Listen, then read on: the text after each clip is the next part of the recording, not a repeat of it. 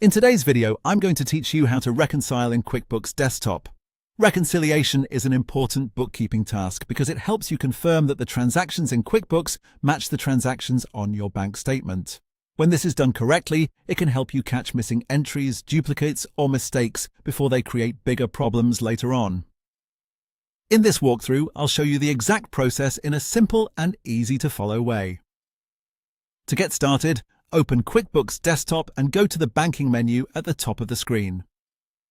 From that menu, select Reconcile. This will open the reconciliation setup window where you'll begin entering the details from your bank statement. Next, choose the account you want to reconcile.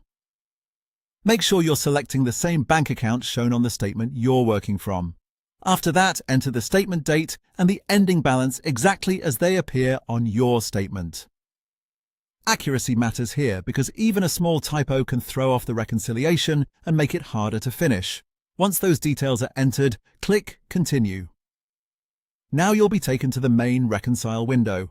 Before you begin matching transactions, check the box for Hide Transactions after the statement End Date.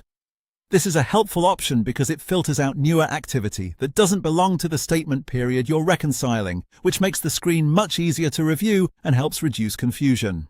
From here, go through your bank statement one transaction at a time and locate each matching transaction in QuickBooks.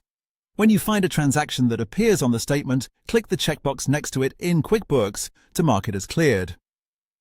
Continue doing this carefully for each transaction listed on the statement.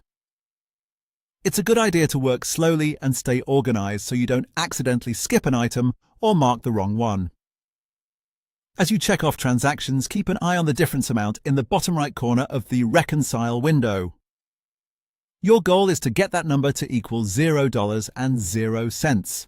When the difference reaches 0, that means the records in QuickBooks match the bank statement for that period. Once the difference is 0, click Reconcile Now to complete the process.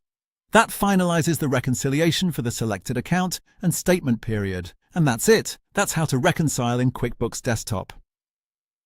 If you follow these steps carefully and use the bank statement as your guide, the process becomes much smoother and more accurate each time.